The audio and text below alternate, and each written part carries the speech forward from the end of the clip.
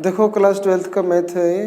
इसमें हम 11वां लेसन पढ़ रहे हैं। इसका नाम है 3 डायमेंशनल। ठीक है, तो 3 डायमेंशनल वाला चैप्टर है। इसमें हमें आज आगे पढ़ना है 11.3 टॉपिक, जिसमें पढ़ेंगे आज equation of a line in space के एक स्पेस में एक लाइन की इक्वेशन लिखने का क्या तरीका है, वो इक्वेशन होती क्या है।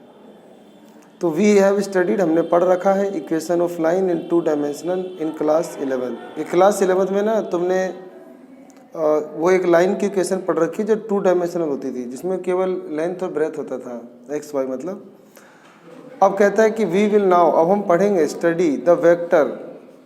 अब हम वेक्टर और कार्टेशियन इक्वेशन, यानी एक वेक्टर इक्वेशन और एक कार्टेशियन इक्वेशन पढ़ेंगे of a line in space, यानी एक स्पेस में एक लाइन का 2 इक्वेशन पढ़ेंगे, एक वेक्टर इक्वेशन और एक कार्टेशियन इक्वेशन।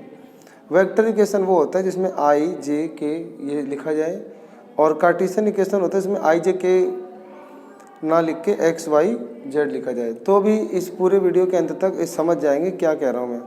अगला कहता है ए लाइन इज यूनिक्वली डिटरमाइन। हम ना एक स्पेस में एक लाइन को ज्ञात कर सकते हैं। तो हमारे पास 2 तरीके हैं जिससे हम एक लाइन की इक्वेशन ज्ञात कर सकते हैं। पहला है कि it passing through a given point, कि वो लाइन एक दिए हुए पॉइंट से जा रहा हो, गिवन पॉइंट माने दिए हुए बिंदु से जा रहा हो, और हैज ए गिवन डायरेक्शन, उसकी डायरेक्शन दिया हो। किसी भी वेक्टर इक्वेशन को लिखने के लिए हमें ना एक पॉइंट चाहिए होता है और एक उसकी डायरेक्शन चाहिए होता है। तो जब हमें पर्सन में दे ही देगा कि एक पॉइंट और एक डायरेक्शन, तो हम ना इस लाइन की इक्वेशन निकाल लेंगे। तो लाइन की इक्वेशन कैसे निकालते हैं, तो देखो यहाँ पे फॉर्मूला लिखा हुआ है। तो ये होता है फॉर्मूला आर वेक्टर, यानी ये वेक्टर इक्वेशन है। तो इसका फॉर्मूला होता है A vector plus lambda B vector. A vector वो बिंदु है जहाँ से वो जा रहा है, और बी वेक्टर वो डायरेक्शन है जिस दिशा में वो जा रहा है या जिसके पैरेलल वो जा रहा है। ठीक है, तो यहाँ पे प्लस लेमडा और लिखना होता है। लेमडा एक कांस्टेंट वैल्यू है, कोई भी गिनती रियल नंबर 1 2 3 4। तो हमें सीखना था यहाँ पर कि इक्वेशन ऑफ ए लाइन, हमें इक्वेशन ऑफ लाइन पढ़नी थी जो एक पॉइंट से पास होती हो और उसकी डायरेक्शन दी हुई हो, तो उस लाइन की इक्वेशन क्या होगी। और दूसरा पढ़ेंगे it passing through 2 given point, जब 2 दिए हुए बिंदुओं से लाइन जा रही हो। तो जब 2 दिए हुए बिंदुओं से लाइन जा रही है तो उसकी इक्वेशन कैसी होती है। तो जब ना 2 पॉइंट से होके कोई लाइन जा रही होती है, जब 2 पॉइंट से होके कोई लाइन जा रही होती है, तो इसका ये फॉर्मेट होता है कि आर वेक्टर इक्वल टू, ये माइनस का उधर जाके ऐड नहीं जाएगा, तो ए वेक्टर और plus lambda B vector minus A vector, 2 मतलब B vector minus A vector. तो ये वाला जो वेक्टर इक्वेशन होता है उस लाइन का जो 2 पॉइंट से जा रही है और दोनों पॉइंट हमें गिवन होंगे, तो उसको निकालने का ये वाला फॉर्मूला यूज होगा। और जब एक पॉइंट से होकर जा रहा होगा तो ये वाला सूत्र होगा कि R vector equal to A vector plus lambda B vector. B vector एक डायरेक्शन वेक्टर होगा जिसके पैरेलल वो जा रहा होगा, जिससे होकर वो जा रहा होगा। ठीक है, तो आज इस वीडियो में यही डिस्कस करते हैं।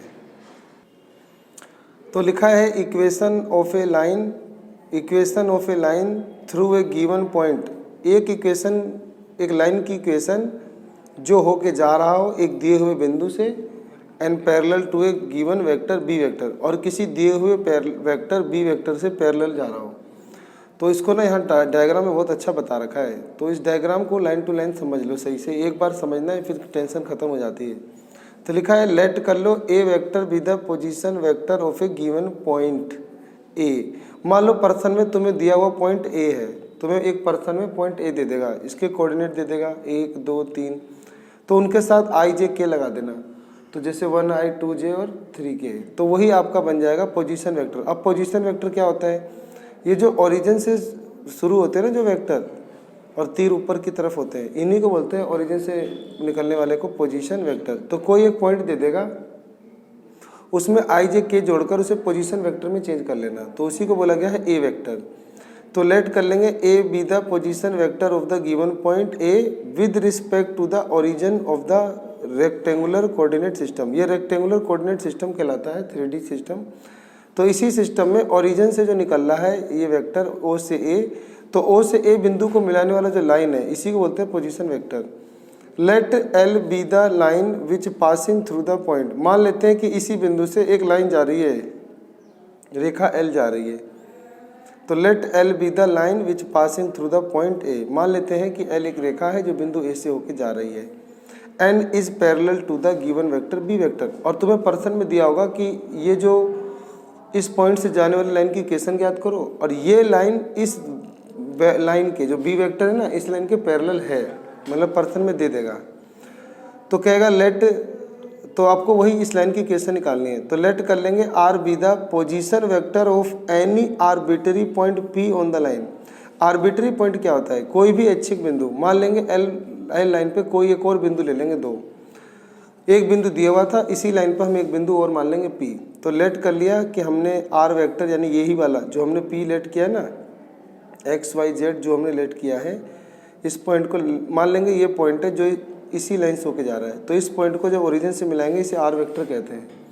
तो आर वेक्टर इक्वल टू बनेगा आपका आर्बिट्री पॉइंट, यानी एक इस लाइन पे कहीं भी ले सकते हो, इधर उधर कहीं भी ले सकते हो। अभी समझाने के लिए यहाँ पर पॉइंट ले लिया है, तो इसी को ओरिजिन से मिलाने पे आर वेक्टर बन गया। तो लेट कर लिया R vector B the position vector of the arbitrary point on the line. Figure में दिख रहा है साफ। अब कह रहा है then A P is parallel to vector B vector. और अभी हमने ये लाइन जो है ना इसके पैरेलल खींची थी, तो ये जो लाइन पैरेलल है तो ये भी लाइन पैरेलल है।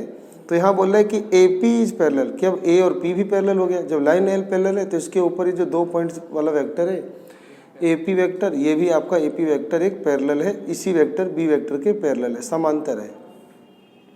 अब दो वेक्टर जब समांतर होते हैं तो उनको हम ऐसे डिनोट करते हैं कि ए पी वेक्टर इज बराबर टू बी वेक्टर, लेकिन साथ में एक लैम्डा गुना कर लेते। लैम्डा होता है कांस्टेंट, लैम्डा लिखा है कुछ रियल नंबर होता है, कुछ रियल नंबर कह लो या कांस्टेंट कह लो। रियल नंबर मतलब इनके बीच का अंतर, जैसे इनमें एक यूनिट का गैप हो सकता है, 2 यूनिट का हो सकता है, तो वो रियल नंबर होता है, ठीक है।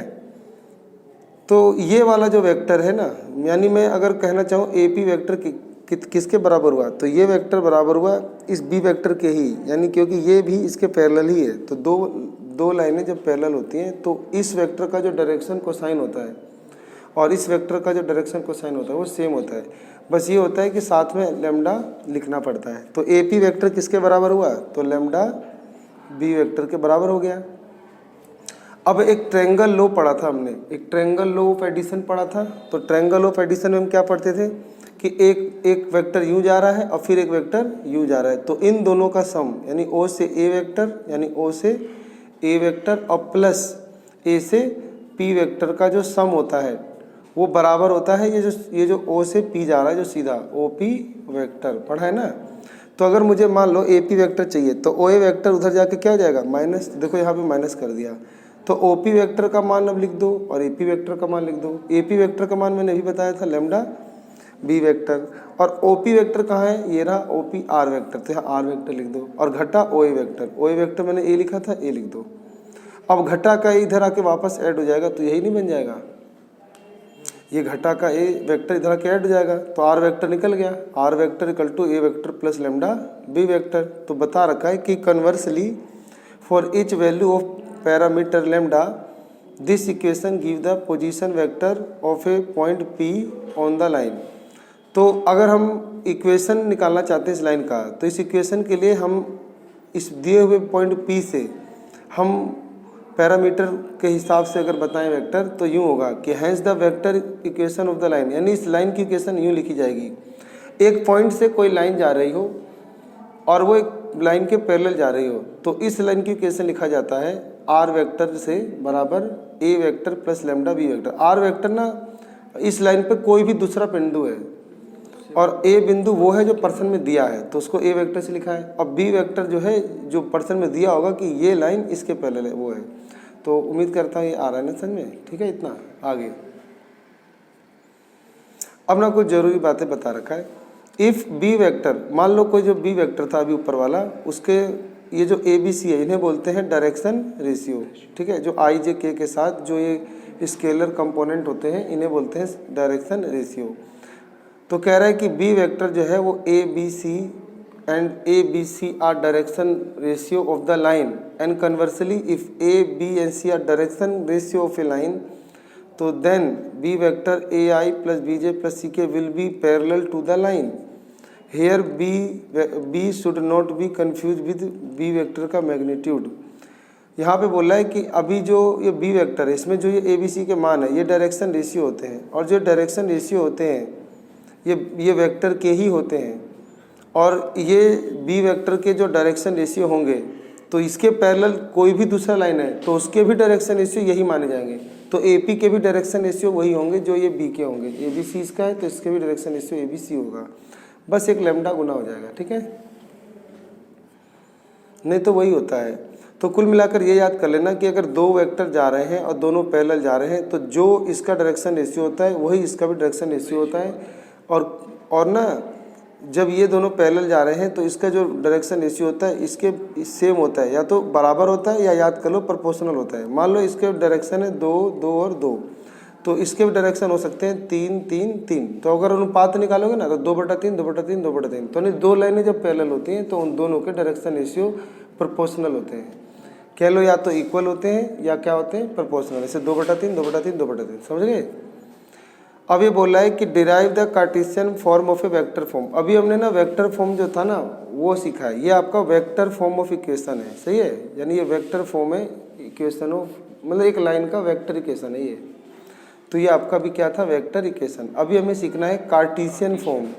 तो अब कार्टेशियन फॉर्म बनाने के लिए ना इस R वेक्टर की जगह पुट कर दो x y और z। देखो यहाँ पे पुट कर रखा है, जहाँ पे R वेक्टर था ना वहाँ पे हम x i y j और z के पुट कर देंगे, और A वेक्टर ना वो पॉइंट है जो आपको दिया होगा पर्सन में। तो मान लो पर्सन में एक पॉइंट ना आपको दिया x1 y1 z1, तो यहाँ पे लिख देंगे x1 i y1 i और z1 i। तो x1 y1 z1 ले लेना, और B वेक्टर तो पर्सन में दिया होगा ABC, यानी ये डायरेक्शन रेशियो है। तो बस ये तीनों की वैल्यू ना यहाँ पे पुट कर दिया, यहाँ पे क्या कर दिया पुट। तो R वेक्टर की जगह ये पुट कर दिया, तो R वेक्टर की जगह ये पुट कर देना, A वेक्टर की जगह ये पुट कर देना, B वेक्टर ये, तो जमा उमा कर लेना और अरेंज कर लेना। अरेंज करने पे तुम्हें ना यहाँ पर सारी वैल्यू मिल जाएगी। तो सारी वैल्यू जब सोल्व करोगे तो सोल्व करने पे कुछ ऐसे आ जाएगा। तो यही आपका क्या बन गया, ये Cartesian equation of a line बन गया। तो कार्टेशियन इक्वेशन ऑफ लाइन याद कर लेना, x minus x1/a y minus y1/b और प्लस z माइनस z1/c, ये याद कर लेना, ठीक है। अच्छा, नीचे हमने जो ABC लिखे डायरेक्शन रेशियो है, और नीचे बताया हुआ है कि अगर हम चाहें तो नीचे डायरेक्शन कोसाइन भी लिखेंगे तब भी ये कार्टेशियन इक्वेशन ही होता है, ठीक है। तो LMN डायरेक्शन कोसाइन है, तब भी एक लाइन की इक्वेशन हम लिखना चाहें तो नीचे अभी ABC लिख रहे थे वो डायरेक्शन रेशियो थे, अगर हम LMN लिख दें तो वो डायरेक्शन कोसाइन हो जाएंगे। तो ये भी आपका एक कार्टेशियन फॉर्म होता है इक्वेशन, ठीक है। तो एक बार और बता दूं, यहाँ से मैं यहाँ पे ना इनकी वैल्यू पुट करके एक बार आपको चेक करा देता हूँ, है ना, तो आपको क्लियर हो जाएगा। तो यहाँ पर मैं पुट करके दिखाता हूँ। तो देखो vector equation of a line जो होता है ना वो आपको याद करना है, R vector equal to A vector plus lambda B vector, जो कि हमने अभी निकाला था ट्रायंगल लॉ ऑफ एडिशन से निकाला था। उसमें हमने देखा था कि एक ऐसे 3D वाला स्पेस होता था, हमने कोई एक लाइन लेते थे, उसके ऊपर एक पॉइंट दिया होता था A। तो जो ये पॉइंट दिया हुआ है इसको समझाने के लिए x1 लिया गया है, y1 लिया गया है और z1 लिया गया है। फिर इसी को हम ओरिजिन से मिलाते थे तो ये A वेक्टर बन जाता था, ठीक है। फिर हम इसी के ऊपर एक दूसरा पॉइंट ले लेते थे, जैसे P के कोऑर्डिनेट हमने x, y और z मान लिए हैं, और फिर इसको हमने ऐसे मिला दिया है। ये आपका R वेक्टर है, और ये वो लाइन है। हमें इस लाइन की इक्वेशन चाहिए AP लाइन की कह लो या L की कह लो। तो AP लाइन की इक्वेशन चाहिए, तो हमें ये भी दिया था पर्सन में कि ये जो AP लाइन है या वेक्टर है, ये AP वेक्टर इस B वेक्टर के पैरेलल है, और B के वेक्टर के जो मान है वो हमें AI प्लस BJ और प्लस CK लेना है, सही है। तो AI plus BJ plus CK लेना है। उसके बाद अब यहाँ पे ना इनकी वैल्यू पुट कर दो। तो अगर R वेक्टर का मान पुट करोगे तो यहाँ पे x था ना, तो हो जाएगा XI YJ और प्लस ZK कैप बराबर A वेक्टर। A वेक्टर का मान ये रहा, इनमें IJ के लगा दो, तो x1i y2 मतलब y1 ही लिख दो, y1j और प्लस z1k कैप और प्लस लैम्डा गुना B vector. B vector coordinate हमें हमेशा NCERT में AI BI मतलब BJ और CK लेना है। तो यहाँ पे लिखो AI कैप BJ कैप और प्लस CK कैप। अब इन्हें ऐड कर लो, I को I के साथ, J को J के साथ, K को K के साथ, तो आ जाएगा XI प्लस YJ और प्लस जेड के। अब ये ऐड करोगे ना तो ये वाला इससे ऐड होगा तो हो जाएगा x1i और लेमडा ए आई। तो अगर हम जोड़ेंगे ना इन्हें तो यू बनेगा xi प्लस लेमडा ए, है ना, और साथ में आई। ऐसी फिर हो जाएगा y1 plus lambda B J cap. फिर ऐसी तीसरा बन जाएगा z1 प्लस लेमडा सी के कैप। अब ना आई का आई से कंपेयर, जे का जे से कंपेयर और सी का सी से कंपेयर। तो यहाँ पे लिख देंगे कि कंपेयरिंग द कोफिशिएंट ऑफ आई जे और के। अब कंपेयर करोगे तो ये जो x है ये इसके बराबर हो जाएगा x1 प्लस लेमडा, ऐसी y वाला बराबर हो जाएगा y1 प्लस लेमडा b, और z बराबर हो जाएगा आपका z1 plus lambda c।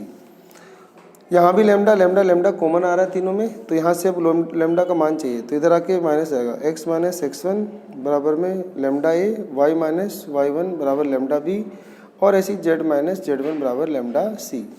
Lambda चाहिए तो ये बटे में भेज दो तो x माइनस x1 अपॉन में a बराबर लेमडा, y माइनस y1 बटे में b ये भी लेमडा, और z माइनस z1 बटे c ये भी लेमडा। अब तीनों लेमडा है तो अब क्या करेंगे, तीनों लेमडा है तो एलिमिनेटिंग द पैरामीटर,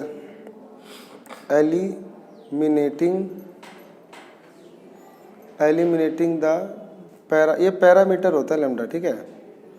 पैरामीटर एक प्राचल एक रियल नंबर, तो पैरामीटर को हम यहाँ से हटा देंगे तो सारे ये इक्वल, ये तीनों लेमडा इक्वल हैं तो तीनों ये भी इक्वल होंगे, तो तीनों इक्वल रख दो तो यही आपका कार्टेशियन फॉर्म होता है। x minus x1 upon A, y minus y1 upon B, और z माइनस z1 अपॉन सी।